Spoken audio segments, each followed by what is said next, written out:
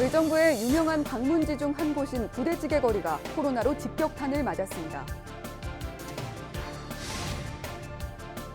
의정부에서 코로나19 추가 확진자가 3명 나왔습니다. 이들은 모두 노원구 가정예배에 참석했다가 코로나19에 감염된 확진자와 접촉한 것으로 알려졌습니다.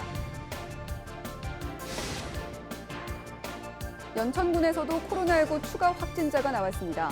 추가 확진자는 연천군 최초 확진자와 카페에서 팥빙수를 나눠 먹다 감염된 연천군 5번째 확진자의 접촉자인 것으로 알려졌습니다.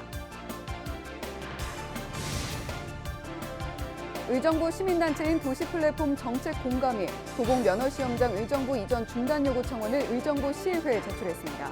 정책공감은 청원서에서 도봉산역 역세권의 면허시험장을 내주는 것은 의정부 발전에 가장 중요한 지역을 내주는 것이라고 주장했습니다.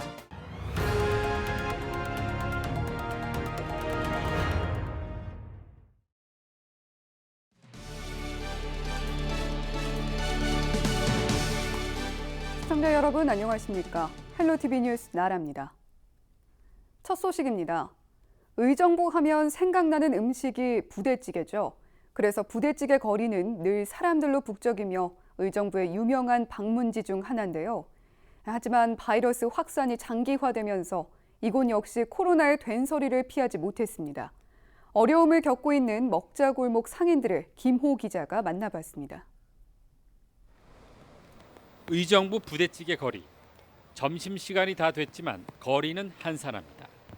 비까지 내리면서 을씨년스럽기까지 합니다. 손님들로 북적여야 할 식당은 텅 비었습니다. 시계바늘은 속절없이 12시로 향하고 있지만 손님은 들어올 기미가 보이지 않습니다. 지금 안 힘들 수가 없죠. 다 더 어려운데 서로 참고 견뎌야지. 빨리 지나가길 바랄 뿐이지. 인근 식당도 사정은 마찬가지입니다. 바빠야 할 점심시간에 손님 한 분이 전부입니다. 코로나19 확산이 멈출 기미를 보이지 않으면서 매출은 3분의 1 토막이 났습니다. 장사가 너무 안 되다 보니 종업원들조차 미안할 정도입니다. 예, 펜자시는 그래도 100만 원 이렇게 팔았어요. 그런데 어제 같은 경우에는 한 30만 원 좀 조금 넘었어요. 일하는 사람도 저 같은 경우에도 뭐 그냥 시간 보내기도 너무 힘들고. 사회적 거리두기 2.5단계가 시행되면서 식당을 찾는 발길이 뚝 끊긴 데다 직장인들도 재택근무자가 늘면서 가장 바빠야 할 점심시간도 옛말이 됐습니다.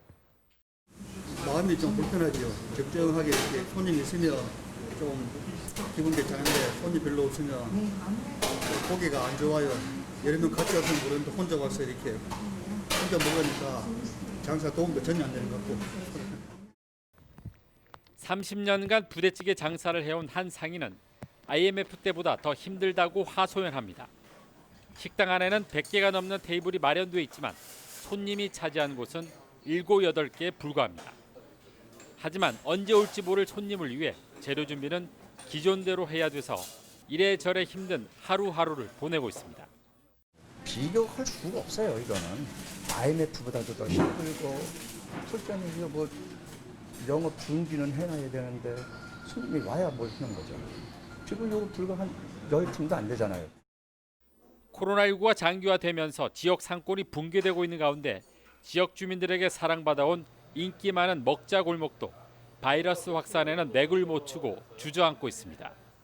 헬로티비 뉴스 김호입니다. 의정부에서 코로나19 추가 확진자가 발생했습니다. 2일 추가된 확진자는 모두 3명으로 송산 1동과 2동, 호원 2동에 사는 주민들입니다. 이들 3명은 코로나19 집단 감염이 발생한 노원구 가정예배와 관련된 것으로 조사됐습니다. 의정부에선 2일 오후 기준 코로나19 누적 확진자가 135명으로 늘었습니다. 연천군에서도 코로나19 확진자가 1명 추가됐습니다. 이로써 연천군 누적 확진자는 2일 기준 13명, 최초 확진자가 나온 지 2주 만에 확진자 수가 2자릿수로 늘었습니다.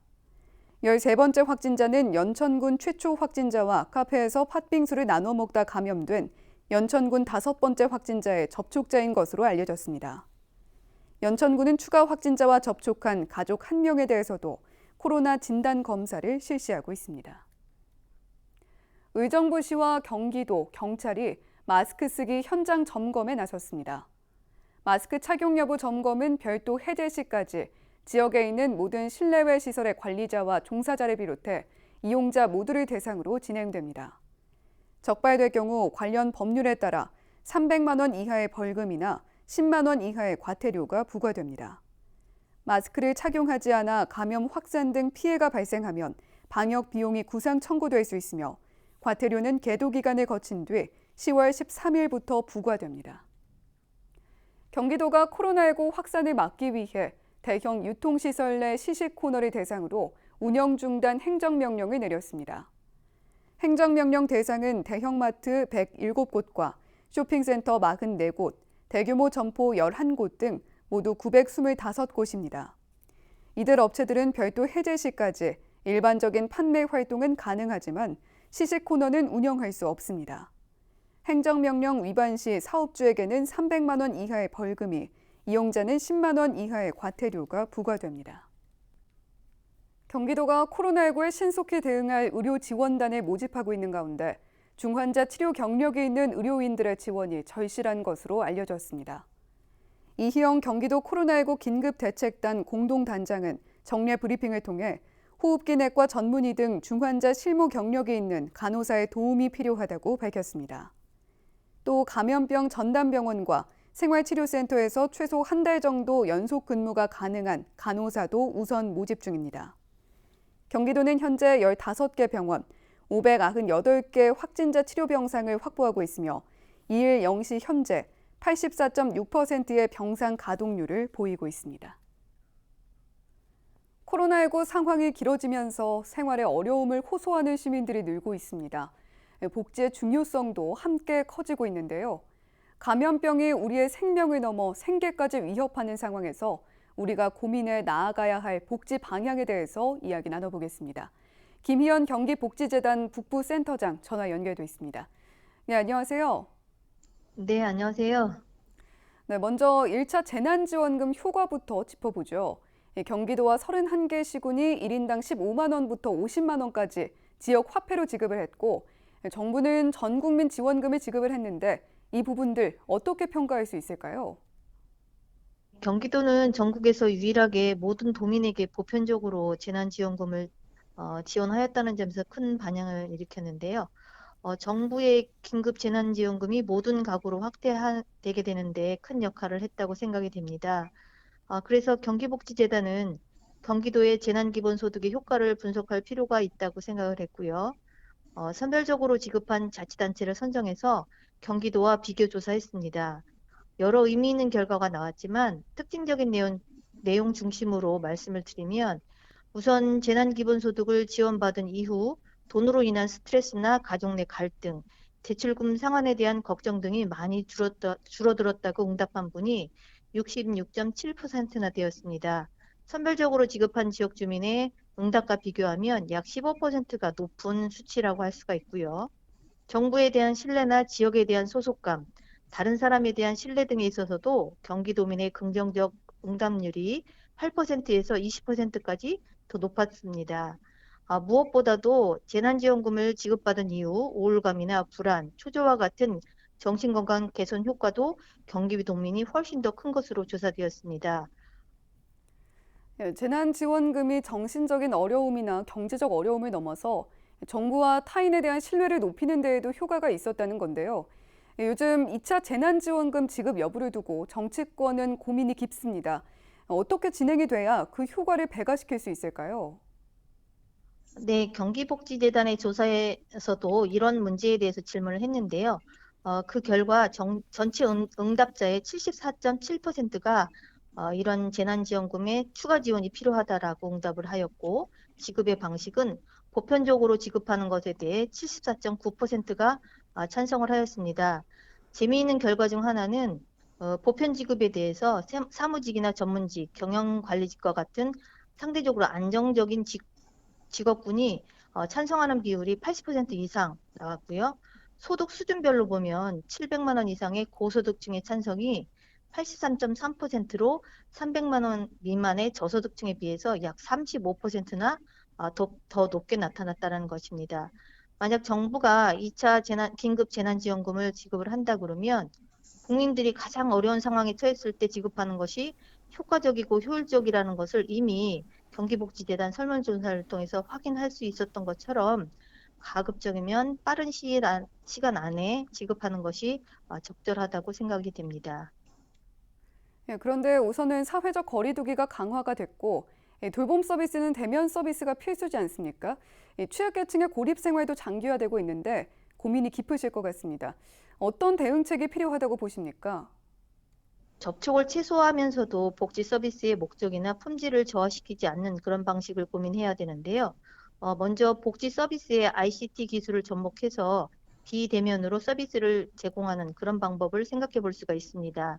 예를 들면 인공지능 스피커를 독거어르신 가정에 설치해서 말버 서비스와 안전을 모니터링하는 이른바 복지 기술을 활용하는 그런 방법을 확산시키는 방법이 있겠고요.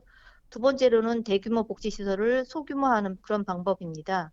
복지시설을 지역 거점별로 소규모로 설치하고 그다음에 대규모 집단 감염이 주로 노인 요양시설이나 장애인 생활시설 같은 데서 발생하는 것을 계기로 해서 한 공간 안에 거주하는 이용자 수를 줄이거나 아니면 한 명의 서비스 제공 인력이 담당하는 이용자 수를 현재의 절반으로 줄여서 접촉면을 최소화하는 것도 필요하다고 생각을 합니다.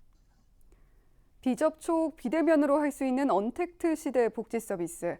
지금부터라도 고민을 해서 잘 정착이 돼야 할 텐데요. 그 논의에 경기복지재단의 선도적 역할도 기대해 보겠습니다. 예, 센터장님 오늘 말씀 고맙습니다. 네, 고맙습니다.